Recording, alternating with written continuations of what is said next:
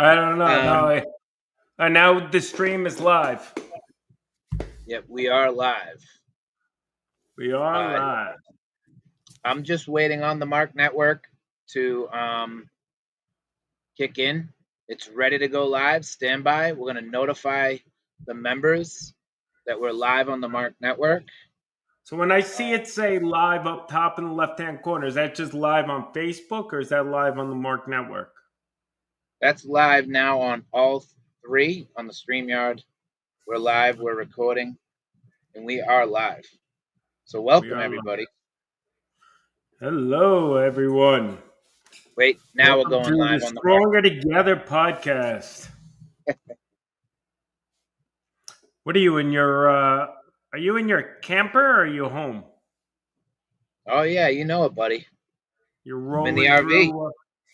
You're rolling through the greater U.S. Where are you off to now? So I got into Florida on Monday early afternoon. We got into Florida. Okay. Um, but we are live. So hi everybody. We're just gonna let a few more people come on. Yeah. Um, There is a section where you guys can put your comments in. We'll be monitoring that area, so please feel free to put questions, comments.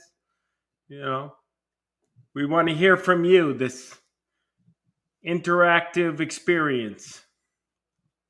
all right. So So, what are you doing in we're just gonna Florida, bud? my nephew, my wife's sister's son, her oldest boy, he's 11, and he got picked to be in this World Series of baseball. Nice. For Texas, a team out of Texas that he played, like that they asked to play in tournaments. So my wife asked me if we could take him down, and the family with her sister and her four kids total, and my wife, we all drove in the RV, and Wow.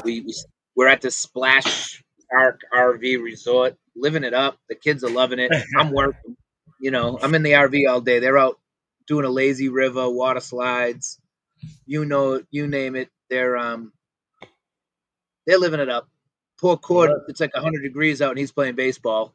But he won his first two games today, so he has two games tomorrow, and it goes all the way till Saturday.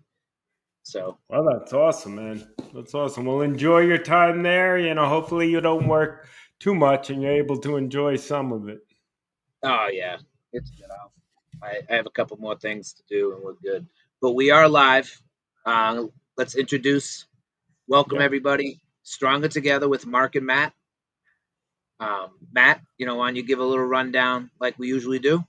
Yeah. Hey, everyone. So, I'm Matthew Castelluccio. For those that don't know me, I am a spinal cord injury survivor for the last 22 years now, I think it is. You lose track after a while. I live in New York, just outside New York City, and I work for United Spinal. For those that don't know, United Spinal is a mobility focused organization that provides care and support to individuals living in the community with mobility challenges. Check out our website, unitedspinal.org, if you want to learn more about us, if you're not familiar with us. It's a free membership to join, so I hope you guys will sign up. Mark, you want to introduce yourself, sir? Yeah. Hey, everybody. For those that don't know me, my name is Mark Fucaril. I'm a Boston Marathon bombing survivor. Above the knee, right leg amputee, left limb salvaged leg. Um, yeah, I'm the founder of the Mark Network, the Mobility Awareness Resource Community. It's a free mobile app. It's available in Apple and Google. Download it, create a profile. It's a positive and supportive community where individuals facing mobility challenges can share information, share resources, and just engage in conversation and then motivate and inspire one another. Um, so yeah, that's me Yeah. and Matt. For who don't know us, we're here at Stronger Together. We met at the Abilities Expo, and here we Yeah. are hosting a bi-weekly podcast, introducing individuals, organizations, and products for our community. Yeah. And for those that, missed something tonight, we do air a recording of this episode on the off week. You can catch it on Mark Network as well as on United Spinal's page. So if you miss something, don't panic. Check it out and please share it. Spread the word through the community. So, Mark, what's going on? What's since the last time we spoke? What's new? What's good in your life? I mean, everything's crazy. Just planning vacations, traveling, promoting the Mark Network. Of course, we were in Chicago, right? I think we've Yeah, talked since Chicago, yeah, have we? yeah. It's We like have. I can't remember. We're always so busy. Down here in Florida in the RV with the family, kind of on a vacation, kind of on work.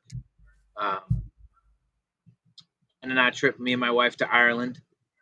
I know Huh? you got a vacation coming up too that's I going to do. interfere with our podcast, so we'll do a pre-recording of one of them. Yeah, yeah. Yeah, but other Well, than that, just promoting, just being out there and making a difference. What have you been up that's to great. with United Spinal?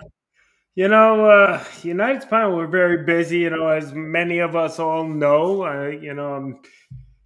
Texas was hit hard with the flooding. So I've been working hard with our chapters in Texas, try to identify those that need help. For those that don't know it, United Spinal received some funding from Nielsen Foundation to help support individuals impacted by natural disasters around the country.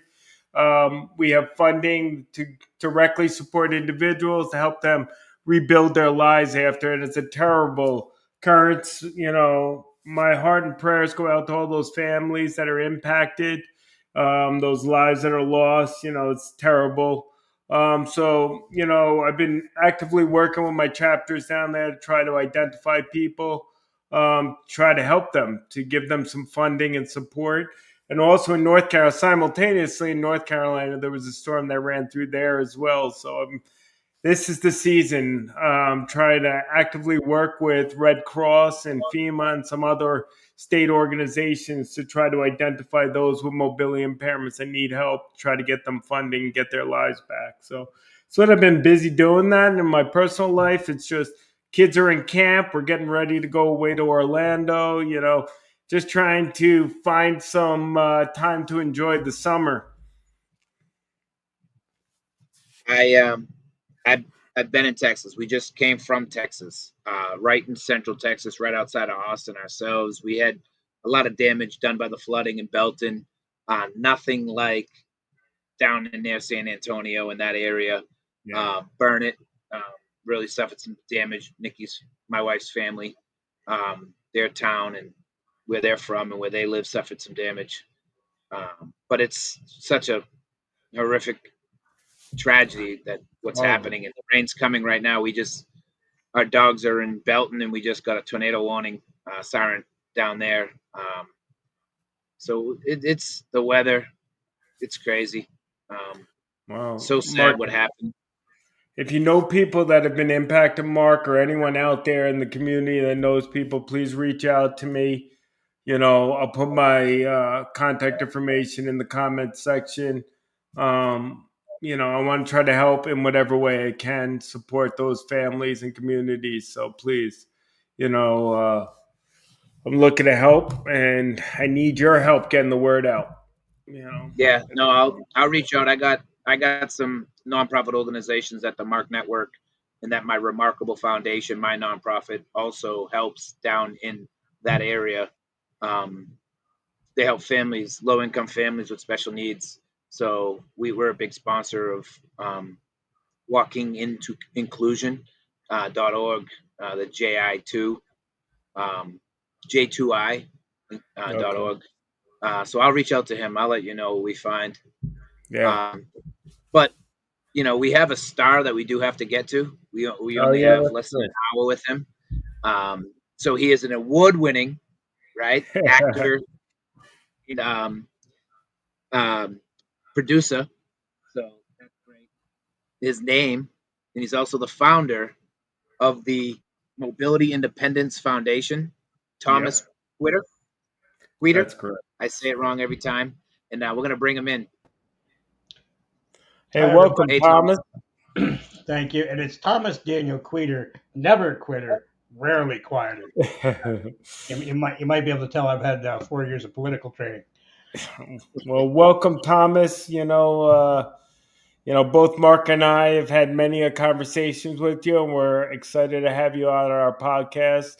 Share some of the great work that your foundation's doing, and to learn a little bit about you and your mission. But we like to start out with learning about the individual first, right? So, Thomas, can you tell us a little bit about you? Sure. I'll try to keep it as short as possible, but it's a hard story to just quench up. Um, I was born in 1983 with osteogenesis imperfecta type 3, although I was originally diagnosed as the type 2 because they expected me to die. Um, that was the differentiation at that time. And I have proved that wrong over and over again. The last life expectancy they gave me was 21 years of age, and I just turned 42. The answer to everything, if you know your Hitchhiker's Guide to the Galaxy. Um, but the organization came out of my own personal situation. In 2014, I reapplied for the same wheelchair I'd had several times prior. It was still available on the market, and I got denied. And I got told to choose from a range of wheelchairs that, with my condition, would lead to injury and going to the bed. And if you have a disability or you're in the disability realm long enough, you understand what going to the bed means. It's not a good thing. It's a long end of life situation. But I have a little bit of tenacity. I did run away from home before I got my first wheelchair, and I've never stood up or taken a step. Um, and for 2 years, I fought the insurance companies, and I got approval finally for that appropriate wheelchair. And that was 1 month after they stopped making the wheelchair because no one could get them. And no company's going to make a product that they can't sell. Hmm. So from 2016 to 2019, I was rummaging used parts for that wheelchair off of websites like Craigslist and eBay. And I actually came across a whole, barely used, relatively well set up model for me. But it was more money than I'm even allowed to have on SSI. Right? There's a cap to how much money you're allowed to keep in the bank, and that's $2,000, by the way. If you're on government services with a disability, you're not allowed to have more than $2,000. Um, and our needs cost way more. And through my life, I've seen adequate provision of those needs decrease. Right? They keep changing the rules. They keep deciding what's best for us without talking to our doctor, which is interesting. Um, so I ended up receiving a crowd-funded appropriate wheelchair in 2019, um, and that came through a political group that I was involved in. They helped raise the money, and you know, interestingly, it wasn't long after that they asked me to run for state senate, and I did. I broke the record for that party in New York State, a third party, and I stayed involved with that party for a few more years. I ran a couple more times for different things. But what ended up happening was the wheelchair that was crowdfunded broke down. It was a 1/8 by 2 inch part in the joystick gimbal, right? That's in your control box where you drive with. And it was just the joystick part. It wasn't the rest of it. So we contacted the company to just figure out, you know, is there an off the shelf drop in joystick with a gimbal that we can just put in there? We weren't asking for a new one. We weren't asking for their entire specs. They were just asking for enough information to find out what part we could replace it with. And they said no. Company policy, they still owned the intellectual property. And so they were not allowed to give us that information. But as I said, I thrive on my tenacity, and we figured it out. And it turns out a $20 joystick from Amazon.com repaired that whole chair after that company told me to throw an otherwise working $65,000 wheelchair away. Wow. I want you to think of that in terms of economics. And I want you to think of that in terms of end user case scenario, right? What's it like to go without your wheelchair, Matt? Can you imagine waiting 5 months without a wheelchair? No, I mean it lose everything. All my independence, every aspect of my life would be directly impacted. And I that is the average wait time for repair through our current healthcare system for a wheelchair repair. That's Thomas, the average. Thomas, Um, I don't know if you know, when I was lost my leg, I was continuously having surgery on my left leg to save it, and I was no weight bearing for on and off for like 3 years, and I'm still minimal weight bearing on that left foot, so I'm in a wheelchair quite a bit, and it was devastating the day I showed up to my wheelchair provider that I got my junky garbage wheelchair from. They sold me the most profitable chair, not the best chair, and it broke. It fell apart, and it was like these screws. And I literally was getting on a plane the next day to when it broke. I had 24 hours to fix it before I had to go to Las Vegas to speak for a nonprofit organization to help raise money. Now I can't weight bear on my leg. How am I going to get across Vegas? Like across Yeah. Vegas to through the like just from the conference center from my hotel room was like a half a mile, on rug. So I went to the guy, showed up at lunchtime, and he was leaving for lunch. And he said, "What are you doing here?" I'm like, "Well, I just need a couple screws. They broke and they fell out. I don't know where they went. This chair's a mess. It's a disaster. It's never been good." And it actually shakes and pushes me out, and I fall, and I get hurt. He goes, "Well, you can't just show up. You need to make an appointment. We got to okay it with your Medicare and your insurance company, and then we got to order the." I'm like, "They're just two screws. You got a whole back room. You're putting together wheelchairs. You can't just help me give me the two screws, you know?" He's like, "No, you can't just show up." I lost my marbles. I was gonna give away free wheelchairs right next door to his office. Um, I had to go to Home Depot and guesstimate and lay on the. I literally my cousin's husband was yelling at me at Home Depot because he walked by an aisle and he saw me laying on the ground under my wheelchair trying to put screws in with no weight bearing. So you know how mad it is transferring up off the ground into your wheelchair when you can't use your Yeah. legs. So Thomas, I get it. Me, Matt, we understand Yeah. exactly what you're talking about, and I'm sure all our viewers that utilize Oh. wheelchairs know what you're talking about. And you know right. what, Mark? One time I did exactly what you did, and I was told I waived my warranty on my thing. They, That right there is key. They threaten you. They tell you if you touch it with a screwdriver, you will void your warranty, and then your insurance, even Medicaid, Medicare, won't cover any more repairs. And so yeah, you're stuck with that average 5 month waiting period. In terms of the screws, right? If you touch your wheelchair with a screwdriver and they know it, you have voided your warranty. And that's why most people just choose not to, because they don't know how else to get a piece of equipment. And that's where the foundation comes in, the Mobility Independence Foundation. What we do is we create open hardware designs. That means we utilize engineers. We work with universities that are engineering universities and biomedical universities together to create designs. Our flagship product is the Endurance Power Chair. That's what you guys have seen me in at all these yeah. expos. It's kind of the showcase model, if you will. It'll do the most, and that's the point, because we want to show what the average people in any community could actually do if they simply chose to. And we're creating the tools and the parts list off the rack parts and materials. You don't need to go through a big company that's locking it down. You go to the companies that already have products and they want you to buy them. And you build a wheelchair. And what we've done is build something that's far better than anything else in the market. The repair rate is very low. The repairs are very easy.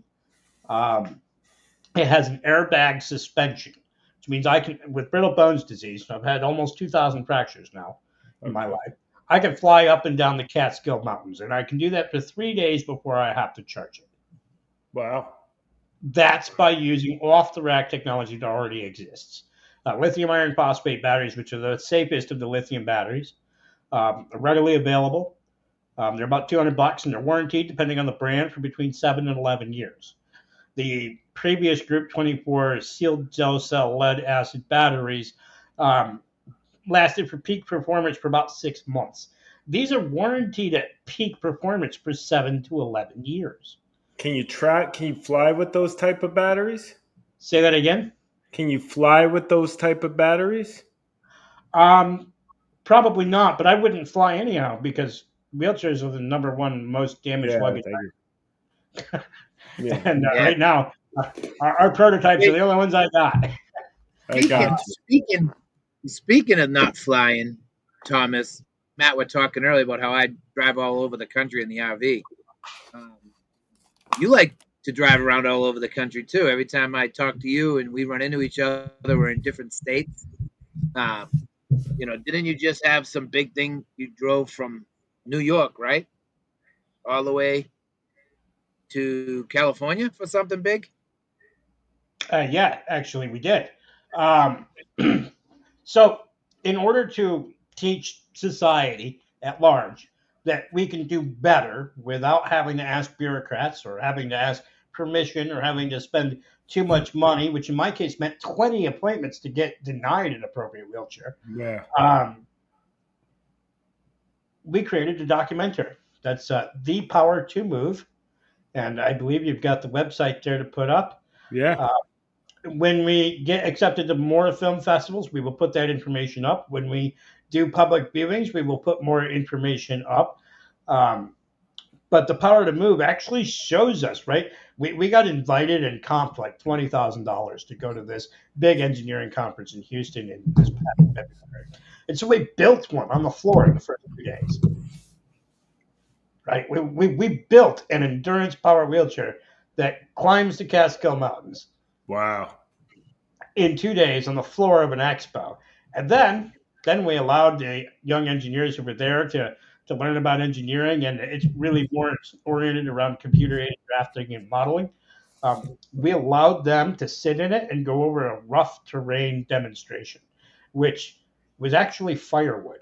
I live in the country. We still heat our home with firewood, and I have a lot of it around. My brother's a contractor; it's part of his business. And so I just I screwed a bunch of firewood to a piece of plywood, very rough. We're talking 2 to 8 inches in different height, right? Yeah, And so as they get in the chair and they're approaching this demonstration to go over it, they hesitate. And you'll see this in the documentary when you get to see it, which you're both in the documentary, by the way.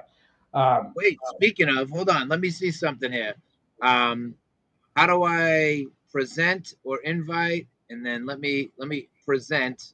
I don't know if you guys can see this or not. I'm gonna go we're not, share screen. yeah, we're All right. not.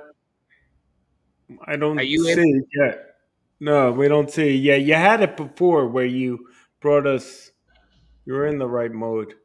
right. Are So we all still present, or can you just see my YouTube? I I just can't. see you. We just see us. Do you see this now? Nope. No, you have to preload that before the show, I think. Well, I think there is a way to do it live. Keep tinkering with it while. So back to it. So you built a chair on the floor, then put students in it, brought them up to this board that had logs on it that you created. Is that correct? Essentially, yes. And so as they approach it, they hesitate. They know they're in a wheelchair. They don't think it's going to go over it. And you can see it in their eyes, and you'll see it in the documentary. And then they realize they're on top of it, and they have this different look, like, oh, it's doing it. And by the time they're on the other side of it, they're beaming with smiles because they just had fun. That's awesome. You know, it's a you know to be able to access a repair on the fly, like not be shut down, like you said earlier, for 5 months. We had a member out in Vegas who his chair was delivered. It was inappropriate. They took the chair back, didn't even leave him with anything else. He was bedbound for several months, which developed a wound, which also sent him back. So once they delivered him the chair, he couldn't even try it out because he couldn't sit up until the wound healed. It was a total disaster.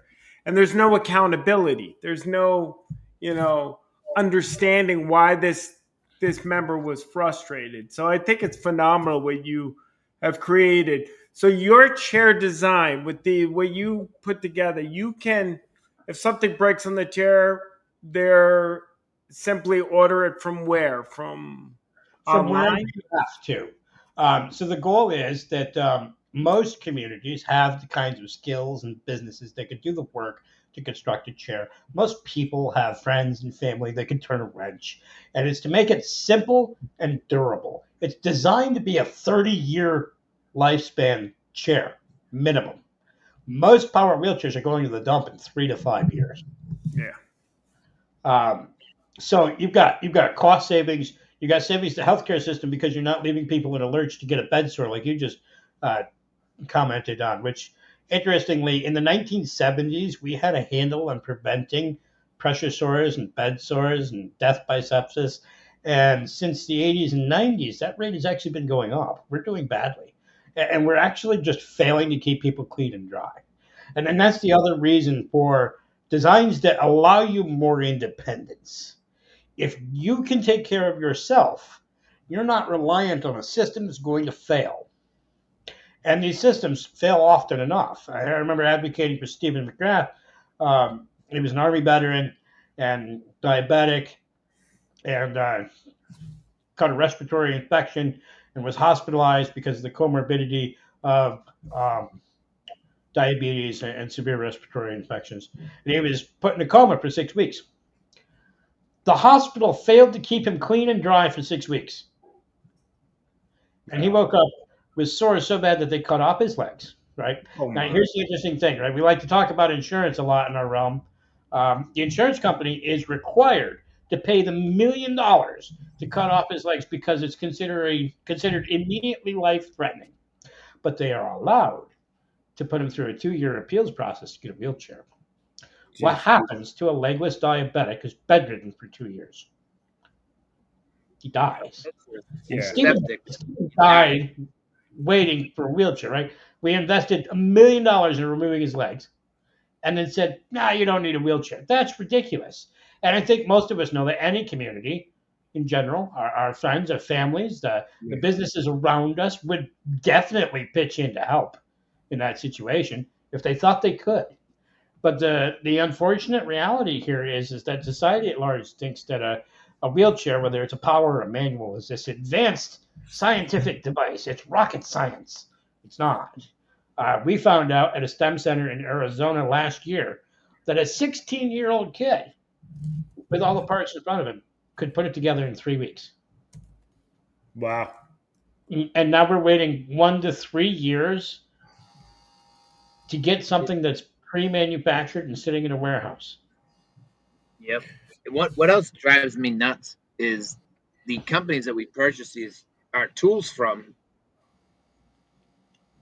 like the waiting period, and they don't have a loaner for us. It's Yeah. like, that's like going to your car dealership. You bought a brand new car, you go to return it, and they're like, "Yeah, well, come see us in like 8 weeks." You think Yeah. people would put up with that? No, they give you a loaner, right?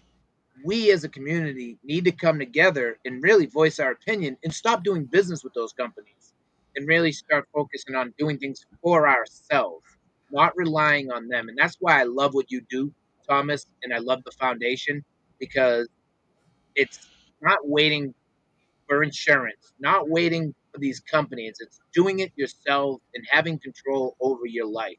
Yeah. I think that's the value that is, amazing with the foundation and what you're working on and what you're putting together with the foundation and the organization of the parts, right? In that I know you mentioned that list of parts that organizations all can pick and choose from and share what they have and share what you have and I love it. I love That's why me and Yeah. Matt both thought it was valuable to have you on here for our community because me and Matt, I'm sick of waiting on insurance company. I'm sick of waiting on any politicians because we just had the 45th anniversary of the ADA, right?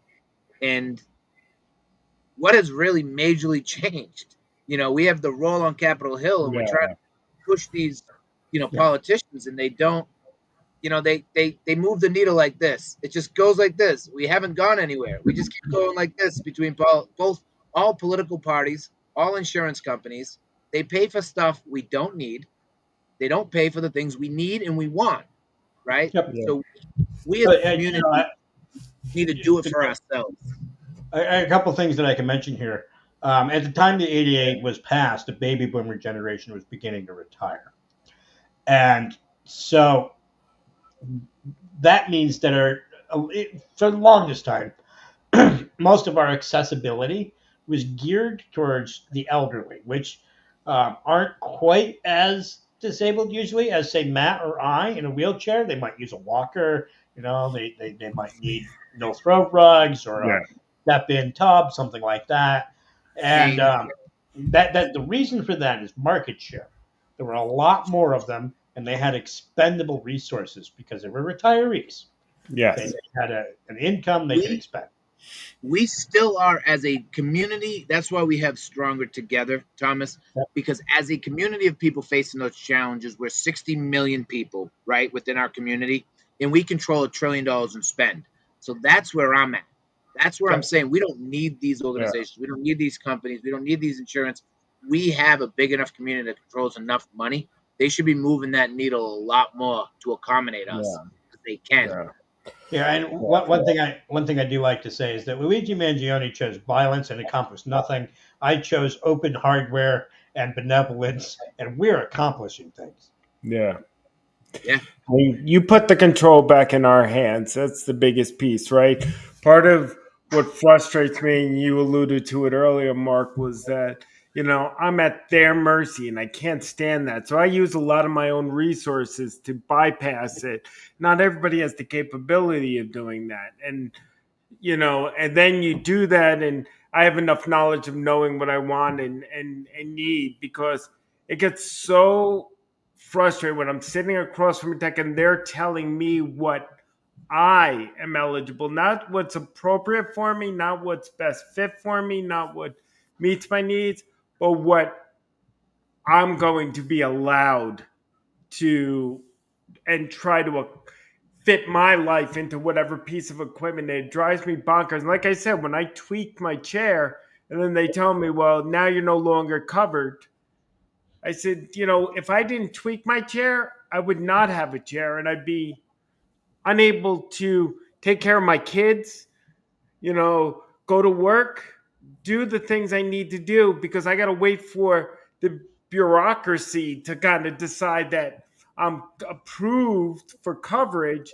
And then the vendor comes out, assesses, not with equipment on hand, but assesses, then goes back, gets the parts, then comes back out, which might not be the right parts, then have to go. I mean, I hear it time and time, especially with more complex equipment like power chairs. It's time and time again. You know what? I This I is this keep is I'm sorry, uh, but this is Matt, what you're saying was, and what you're saying is something I've been hearing for 12 years. Okay, so it's nothing's from gonna change everybody. unless we change it, and that's Yeah, where Thomas, I love it, and I create in Matt. That's what you saw with the Mark Network. yeah, We're this is the Mark Network is an ability for everybody that has these same problems to voice it right in one location. So then we can pass that up as mass numbers because we're louder as a choir than we are as a cappella singers. But I do want to bring attention to a couple of the comments, Matt yeah, and Thomas. We have Kenneth. He's asking about, oh, hi, good the evening, everybody. RVs. He's asking about the RV. Yeah, Me and Matt have been going back and forth, and I know Thomas would love one too. It's not something that's A, really affordable, B, too many companies are doing. I'm trying to bring awareness to it. And I know they're in our last guest too, Mr. oh, Oh, Zach Zach. Hanner. Zach, yeah, Anna. He's, me and him, we all been talking about this, and I'm trying to tell. I've been working with Forest River, the corporate office, about you guys are missing opportunity here with our community, and they kind of still don't want to hear it. So again, that's something we're gonna have to take into our own hands and and start doing ourselves. Yeah, one of the Um, things, Kenneth, I just to, You can contact some of the rental companies. There's a lot of them are out west, but if you reach out to like Outdoorsy and some of the others, they may have some accessible RVs available within your area, be able to get into your area. So do some exploration. You can reach out if you want to reach out to me at United Spinal. I'll try to help you to connect with those. But yeah, no, it definitely is something that Mark and I have been kind of racking our brains about, because I think our community would definitely take advantage of opportunities for that. So, if I can chime in here, the Yeah. reality about industries, and what you're talking about is the RV industry, correct? Yeah, The reality with industries is that they focus on the customers that they see, and a significant number of people with disabilities can't leave their home. And as I was about to say earlier, I keep running into people who have also been trapped in their home or apartment for 5 years, yeah, as I was, right? Who also know what it's like to, despite having family and loved ones all around you who are working hard, to wait 12 hours for a glass of water.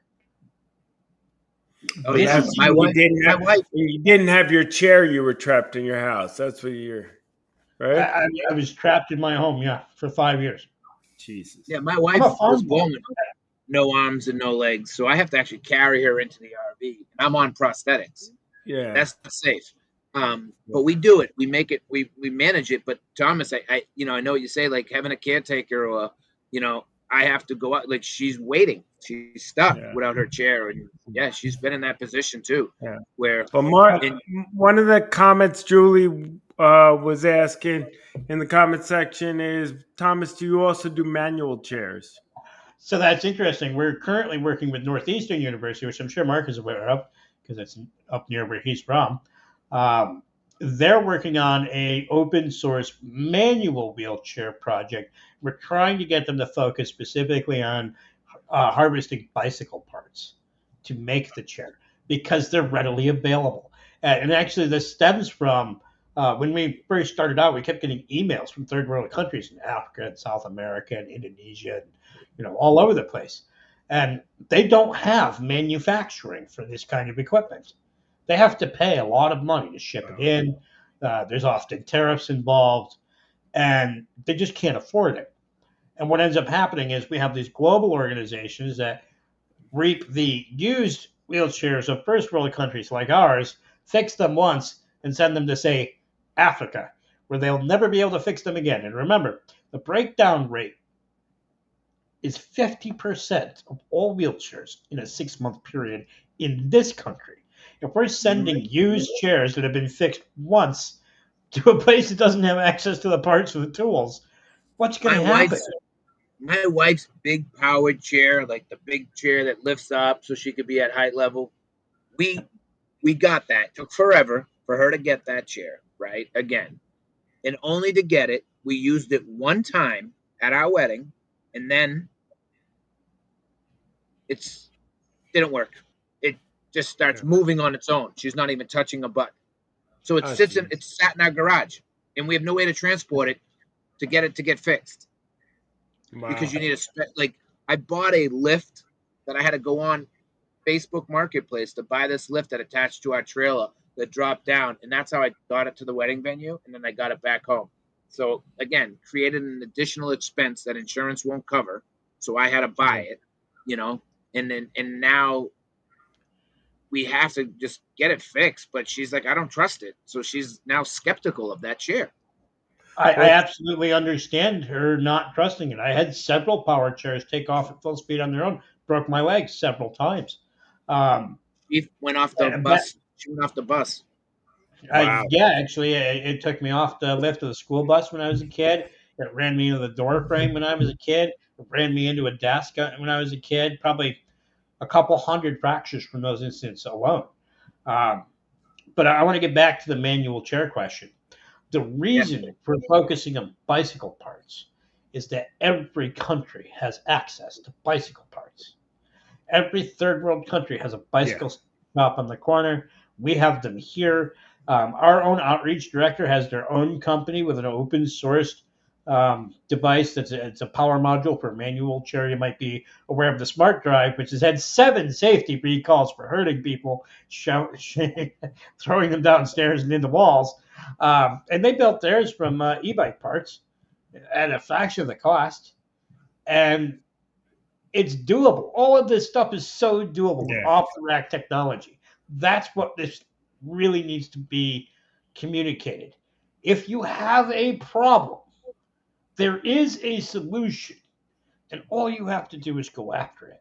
I'm not an engineer. I know nothing about making wheelchairs, but I know how to network with people and I know how to hire engineers.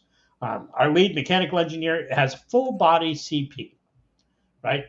Um, he designed and built his own accessible CNC machine. And he has a specialized wheelchair that he designed and built for his shop. And that's rapadapt.com if you want to know what his business is and what they do. They help solving these one off situations for people. And we've contracted them to design and build our prototypes with our input because the board is made of people with disabilities and people adjacent to people with disabilities. Most of the people that we contract with have disabilities. We hire people with disabilities as much as we can, and we don't need a DEI program to tell us to do so. We do it because we want the people who know what they're talking about. Yeah. Yeah, I mean, Yeah. I think everybody we all try to rely on somebody else to do it. We don't need, Matt, you, Thomas, myself. I don't need any acceptance. I don't need any special waiver because I'm disabled. My wife doesn't need it. She graduated Texas A&M college without any programs or assistance. She did it on her own. She wrote with her pen in her mouth. She did everything. She typed, voice to text, typing for her papers. She did it all herself. Like, and she's able to do it. I The mean, the big thing is we have the yeah, ability to do it. And I think there is a great resource. It's not a wheelchair, right? They're kind of a great yeah, resource, I think, aren't they? yeah, You know those guys, yeah. Thomas?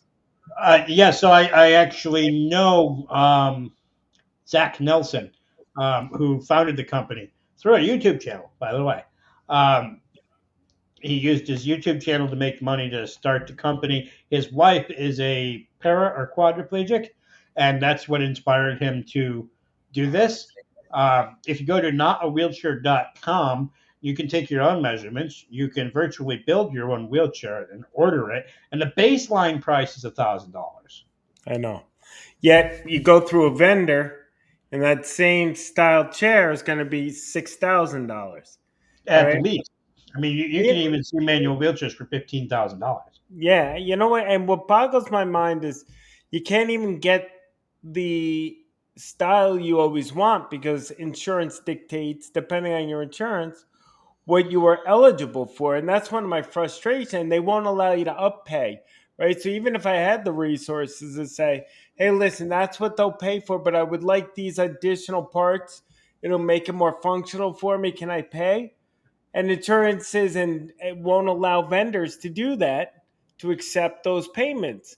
And it's just such a convolution. So they give me a chair that I can't truly use that hurts my body, hurts my shoulders, which causes insurance to pay more money because now I need surgeries or therapies.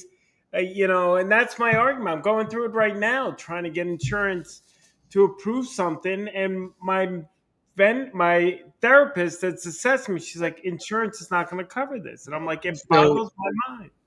Matt, Some of our biggest fans are PTs and OTs, and actually we have a lot of them tell us things like, "I'm sick of helping people get as better as I can, and then sending them home in a piece of equipment to die in." Right? And I like to ask people, in terms of a wheelchair in particular, you know, aging becomes a disability, and I've seen people lose their businesses because of aging related disability, not cognitive, but physical. yeah. And you have to ask yourself when it's time to sit down, do you want to sit down to die or do you want to sit down to thrive? And myself and Devin Hamilton as well, we both have this perspective that we want people to have the tools to not merely survive, but to thrive because life is a lot more than a heartbeat. Yeah. Like you had mentioned something that's important. Like 25-inch wheels, right? All my chairs come with 24, but you can't get those in a bike store. You have to order the tire. But 25-inch tires are tires that they use on bicycles. So you can get those. But yet, chairs are designed around mostly around 24-inch tires, which always boggle my mind. I'm like, why? So that you can't use other tires. That's why. Yeah, So interestingly, I had to sit down with the president of another smaller wheelchair company, and they're kind of in favor of what we're doing, even though they do see us as some competition. yeah, Um, and this gentleman, who's president of that organization or company, told me that these bigger manufacturers make more money selling the licenses to sell and repair to the providers like DoMotion than yeah. they do actually selling the equipment. That makes sense, right? It's all about the money game. And when you think So about the arduous nature of repairs, and yeah, and now we have right to repair bills going across the country. A lot of them are carving out things like wheelchairs. Some of them are good for things like wheelchairs. I know California NCART actually lobbied against the bill and got it Yeah, cut out. So you have the right to repair everything but the joystick and the wheels and the motor and the frame until there's nothing left to repair. But we passed a wheelchair right to repair bill. yeah, I we, did hear that. I have something very similar. So they wouldn't pay insurance wouldn't pay for my X3, my prosthetic leg that I had been wearing for 9 years. Um, a new one, like a new one. And I'm like, well, this is what I'm used to. This is what I'm functioning very well with and having no problems. So if I bought it on my own at $60,000, $70,000, paid for my own prosthetic leg, right? And I they would not pay for anything that attached to it, not the foot, because the leg is just a knee. They wouldn't pay for my foot and they wouldn't pay for my socket. But if I got another prosthetic leg, a different prosthetic leg, like the Quattro, which I did do, I went and got it, and I fell. I had never fallen on my prosthetic, like luckily, like Mhm. walking and just basic walking and then just fall. Never done Yeah. that. I got a Quattro and I fell 4 times in less than a week. And then I Wow. just took it off, put back on my old X3 that was broken, and used a broken prosthetic leg and didn't fall.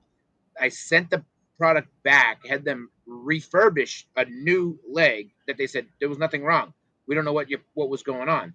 So I got the leg back, the Quattro, and again, I fell again. I fell about 11 times over a week period, and I just took the leg off and I put back on my X3 that was broken, outdated, and wouldn't and couldn't be serviced anymore because of safety. But I walked better and I made it work for another year until I fought the insurance company. But they wouldn't, even if I'm like, I just want to buy it, then I would have had to pay 15,000 for my socket, and I would have had to pay another 5 to 10,000 for my foot. Yeah. I'm like, why can't you just cover? They won't cover anything like you said that is attached to a product they wouldn't pay for. Yeah. I'm like, that's crazy. You know what? I mean, there's our system is so backwards, right? Because like even like you speaking about amputees, right? So many times I have to try to advocate to get an amputee a wheelchair because not like you said, right? You can't always walk on your prosthetic. But insurance's attitude is if I bought you a prosthetic to walk, Then you you don't don't need a need a wheelchair. chair. No, Just like I, a power chair user, I get you a power chair, you don't need a manual chair to get to and from doctors, but not everybody has a van to drive in. So, it's The something same similar in way. my life. My father had a stroke, and I was his caregiver for the last 6 years of his life during the day, and he could manage a step or two at therapy, and so they wouldn't approve an electric wheelchair. They only gave him a manual chair, not only a manual chair, but one of those really crappy hospital style manual chairs, oh yeah, That's what I had. and which you could buy for like $100 at Walmart because they're crap. yeah, um, No, you can buy them at Walmart, but my insurance, the guy that sold it to me, I saw the bill. It was $5,900. He billed my insurance company for the yeah, same yep, wheelchair, yep. legit the same wheelchair with plastic wheels, plastic rims, one piece, bolts and nuts that bolts. There's no quick release. The most generic hospital wheelchair you buy at Walmart, like you said, for like $199, they billed my insurance company $5,900. So back to my father, right? Sorry. I live in a farm, right? We live in a family compound of sorts. We raise our own food. My father was a farmer for life. He was born on a farm. He started working on the neighbor's farm when he was 8 years old. He always farmed something himself. He used to manage a very successful dairy farm. And then, we did self sufficiency farming, still do it. Um, and they gave him a manual wheelchair. He couldn't leave the home. He lost his purpose. And I watched the strongest, hardest working man I've ever known in my life give up and let himself die. Yeah. I hear that too many times, Thomas. I see people with mobility impairments. If they were given the proper equipment or equipment that would be dependable, like Mark, you alluded to your wife not being able to be confident with her chair, right? They're not given the proper equipment, so they become housebound. And then this person that could be a viable contributor to a society now wastes away in their home and, you know, disappears. And it's horrible to see someone's life just get wasted away just because of a piece of equipment. And that's exactly why we're going after open hardware, which is like open Yes. source software, right? We create the designs, we create the parts list, we tell you where to get them, and we give it to you. Right, Mark, you want Gotcha. an endurance wheelchair? When we're ready, I will give you the plans. I'm sure you can build it yourself. If a 16-year-old kid can do it, I'm sure Mark can do it. He's still kind of a 16-year-old kid. He's a big Exactly. kid. So what do? You take these plans and like for someone like me, right, Thomas, or someone out there, I would take these plans, order the parts, connect with someone in my community, and you could literally assemble it, like a mechanic could assemble it for me. Basically, your local CNC shop could actually make you the transmission, although we're making that simpler too because we've dialed the gears from being overly custom to being more generic, so you can order them out of a catalog. The batteries, like I said, you get them on Amazon.com. Uh, the HID, the joystick and control module, will be built using an Arduino, right, which is readily available. It's like a Raspberry Pi. It's very simple, Okay. no frills computer. The software will be open source. You will be able to port a game controller to it for remote control. Let's say you need a remote assistance from a caregiver, or you just want to bring the chair to and from you to bed. Uh, the uh, the the uh, the firmware that controls its speed, responsiveness, and turn speed, you can port that to a laptop and change it for your needs. Wow. What Uh, about the chassis of the chair? well, that's steel tubing that's going to have to be welded. You're going to have to network. And that's the other thing that I like about this, and that's what happened to me. If you are tenacious enough to go after this and you want to build an endurance power chip for yourself, you have to reach out. You have to use the internet or your local businesses or your family members. You have to find the right people and you have to build a team, right? Everything I've done in life is about building teams. And Okay. if you build a team to build an endurance power chair or one of our manual chairs, Yeah.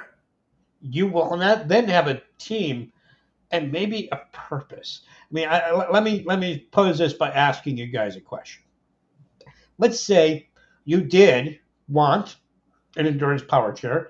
You did build the team to produce that power chair. Mhm. Would you then also want to help someone else get Sure. that power chair, right? Yeah, Yeah. 100%. Once you put that team in a community, it's there, and they can Yeah. do it over and over again. We talk about this 5 month wait time for repairs. Well, when you build a team in your community, there are people who know you. They're not that far away. They have to see you. They have to look you in the eye.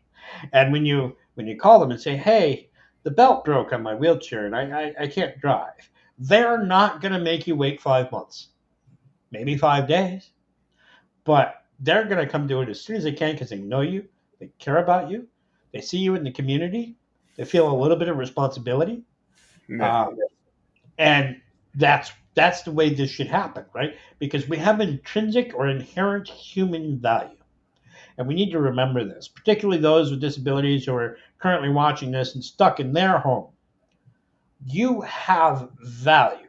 You just have to make sure people understand that you have it, and that you can do things, and that you can help people, and that you can be a benefit to your community.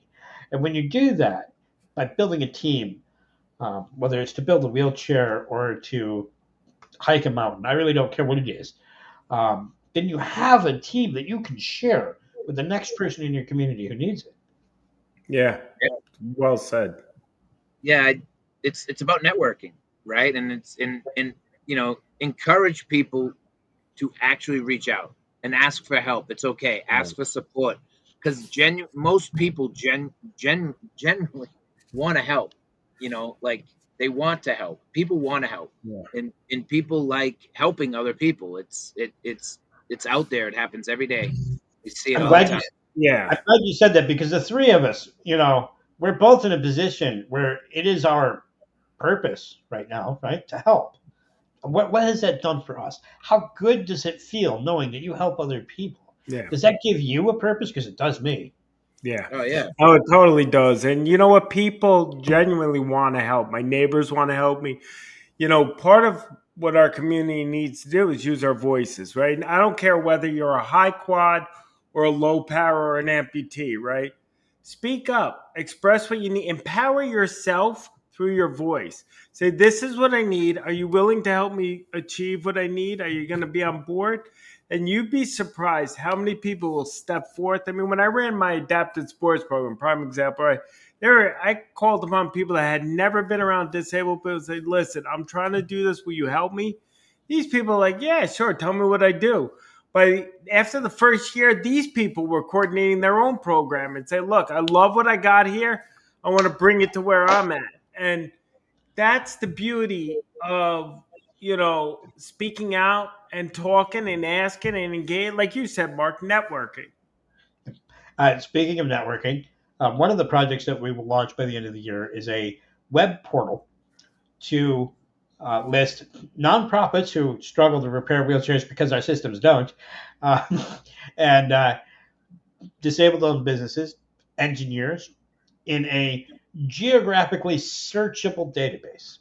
Oh, nice. So if you've got wheelchair X and it needs part B, you go on to that website and you find the nearest entity, whether it's a nonprofit or a for profit near you, and you contact them directly, and then they can use the portal to come back to you and say, hey, we found the solution. This happened because I ran into a nonprofit in New Jersey that had a wheelchair that needed a specific part.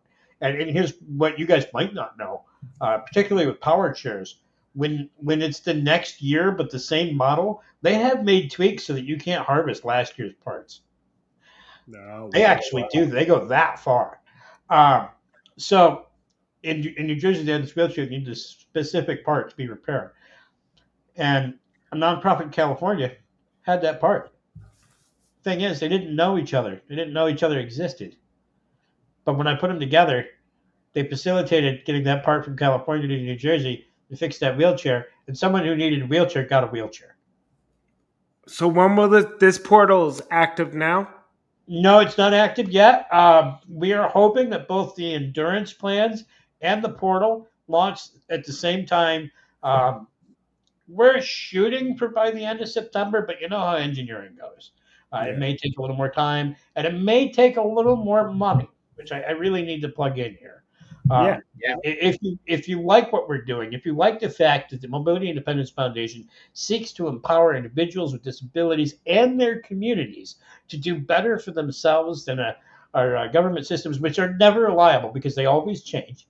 Um, then go to themif.org and consider making a donation. One time, or those small monthly donations, $5 a month, actually go a long way for us calculating and maintaining our overhead, because that's a reliable income. Yeah. So if you can donate, please do. I believe you can also sign up for our email list. We don't send too many emails because we don't like pestering people, but you can also email me directly. That's Thomas at themif.org. Um, And I do a lot of direct advocacy.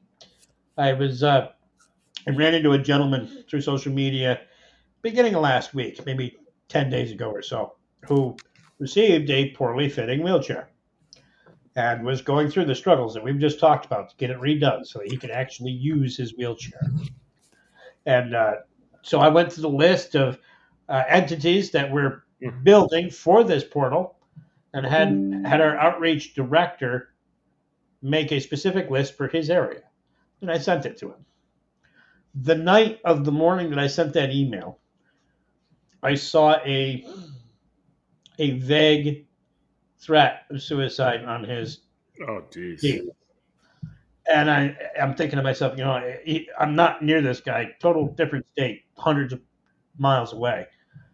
I can't just like go over and make sure he's okay. And I don't know anybody near him, so I can't have somebody else just go over.